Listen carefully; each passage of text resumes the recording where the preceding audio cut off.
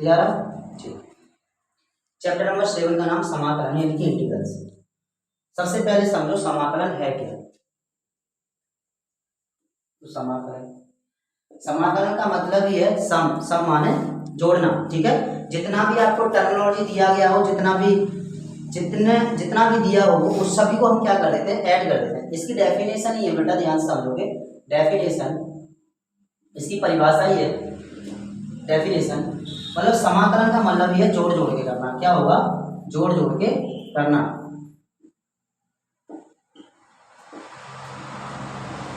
जोड़ जोड़ के करना समाकलन का अर्थ। अगर आपसे पूछे भैया इसका समाकलन का मीन्स क्या है, कोई पूछे समाकलन का मीन्स क्या है, तो समाकलन का अर्थ है उसे हम क्या कर देते हैं, जोड़ जोड़ के करते हैं।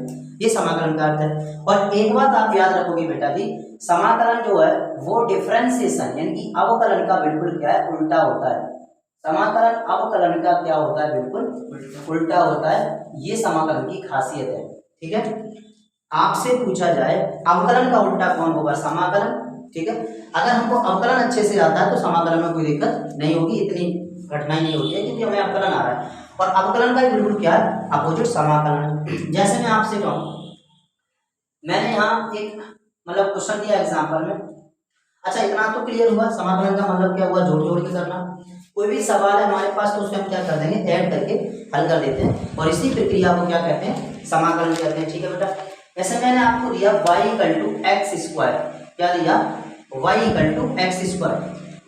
एक कोई मेरे पास ये एग्जांपल है, मैंने माना y = x², और मैं यहाँ पर कहूँ बेटा डिफरेंशिएटिंग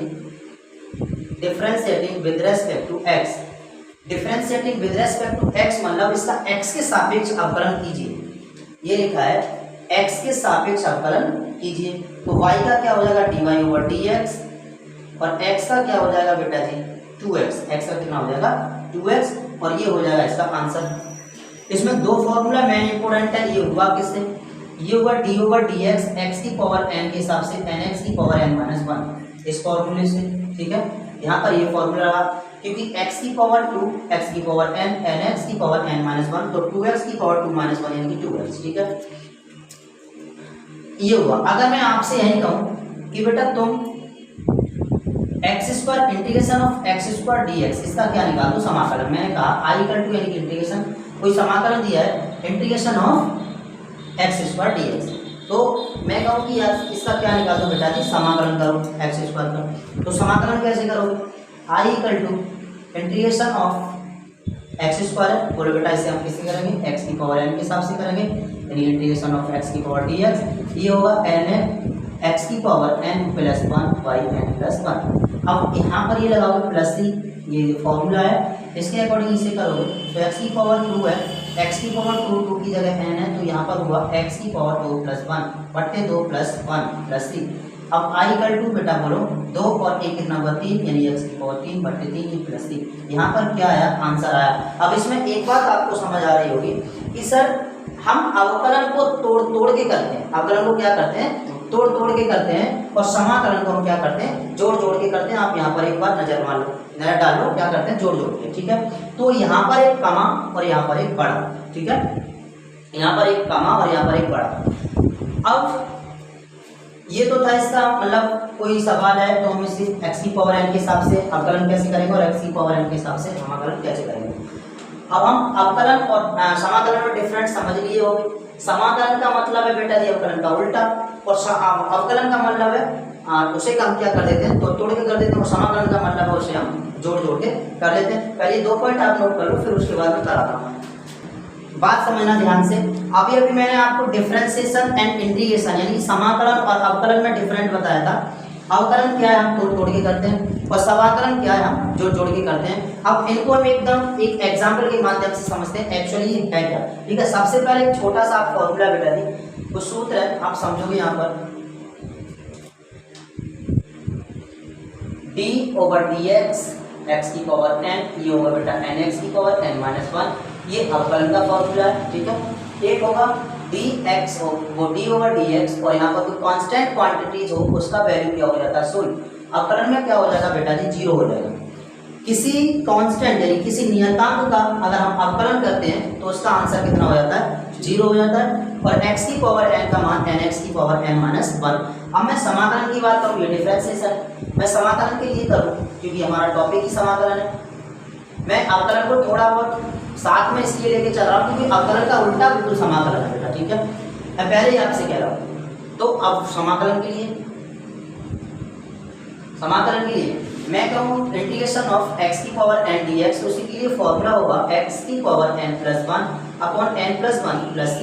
इसके लिए फॉर्मूला ये होगा, अगर ये कांस्टेंट क्वांटिटी है, जैसे मैं मान लो यहाँ पर इंटीग्रेशन ऑफ c dx, पास आना ध्यान से बेटा, मैंने क्या बोला कि अगर इंटीग्रेशन में करूँ किसी कांस्टेंट किसी नियतांक का, तो वहाँ पर क्या हो जाएगा बेटा जी x, यहाँ पर ये c है तो c को मैं बाहर निकालूंगा, तो ये हो जाएगा dx का x प्लस c। बोलो समझ आया क्या? यानी कि सीधी सी बात है, हमारे पास अगर मैं 1 dx करूं, बेटा ध्यान सुना, तो 1 भी तो कांस्टेंट क्वांटिटीज है, तो 1 को मैं बाहर निकालूं और dx का क्या हो जाएगा x प्लस c। क्या मैं इसे x प्लस c डायरेक्ट लिख सकता हूं जवाब, ठीक है, इतना लिख सकता हूं। तो इतना सा है। अब मैं एक बात और समझाना चाहूंगा आपको, यहाँ पर समझना है ध्यान से कि जो डिफरेंट ये मैं समाकलन करता हूँ इसमें कांस्टेंट c क्यों लगाते हैं, कांस्टेंट c क्यों जोड़ते हैं, इस कांस्टेंट का मतलब क्या है, जैसे ध्यान से सुनो। मैंने अवकलन किया कांस्टेंट का तो 0 हुआ, लेकिन कांस्टेंट सर क्यों लगा रहे हैं समाकलन में, हम कांस्टेंट क्यों लगा रहे हैं, यहाँ पर इसका रीजन समझेंगे। तो इतना नोट करो पहले कि भैया हम समाकलन में मतलब समाकलन करने के बाद कांस्टेंट लगा देते हैं, कांस्टेंट का मतलब c जोड़ देते हैं, वो क्यों लगा देते हैं, उसका मतलब क्या है, ठीक है। तो समझोगे ध्यान से बेटा। मैं अगर आपसे कहूँ, मैं डिफरेंशियल की बात करूँ पहले अच्छे समझना, मैं कहूँ y इक्वल टू मेरे पास x स्क्वायर प्लस 5, कितना प्लस 5। मैं समझाना चाहता हूँ आप लोगों को कांस्टेंट c, जो कांस्टेंट c है, इस कांस्टेंट c को हम क्यों लगाते हैं समाकलन, वही समझाना चाहता हूँ, ध्यान समझो। मेरे पास कोई एग्जांपल है, मैंने ये एग्जांपल लिया, मैंने कहा बेटा y बराबर x स्क्वायर प्लस 5 का x के सापेक्ष अवकलन कीजिए, ठीक है। क्वेश्चन हमारे पास ये है, मैंने कहा था y equal to x square plus 5 का x के सापेक्ष अवकलन कीजिए, तो आप सीधा सा लिखोगे sir differentiating with respect to x, differentiating with respect to x का मतलब है x के सापेक्ष अवकलन करने पर।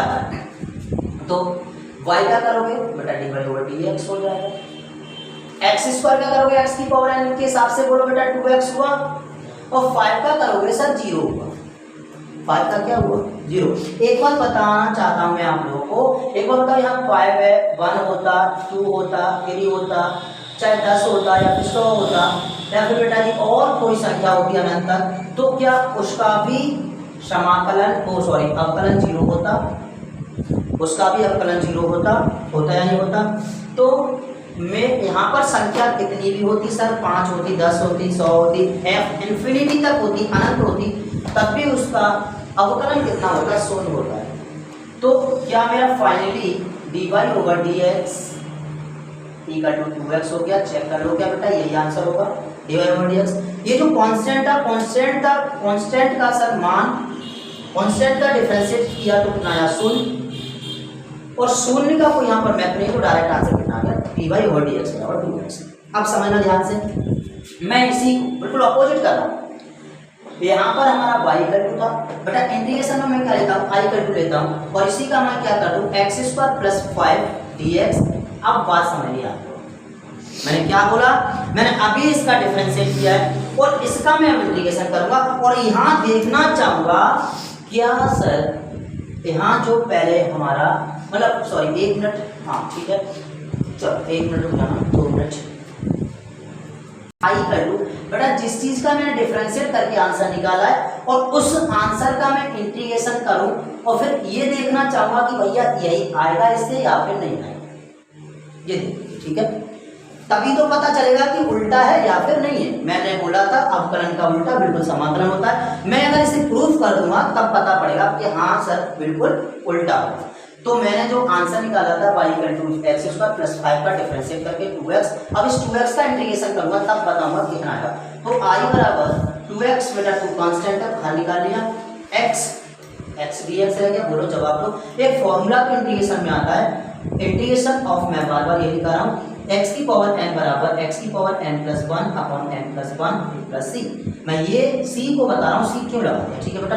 तो समझो x की पावर क्या 1 है, तो i इक्वल टू 2 और x की पावर 1 प्लस 1 अपॉन 1 प्लस 1। और बेटा यहाँ पर मैं c नहीं लगा रहा हूँ, c बाद में लगाऊंगा, बताऊंगा ये क्यों लगाते हैं, ठीक है। तो i equal to 2 into X square upon 2, क्या 2 से 2 कैंसिल हो गया, तो i इक्वल टू यहाँ पर हुआ एक्स स्क्वायर, कितना बचा एक्स स्क्वायर।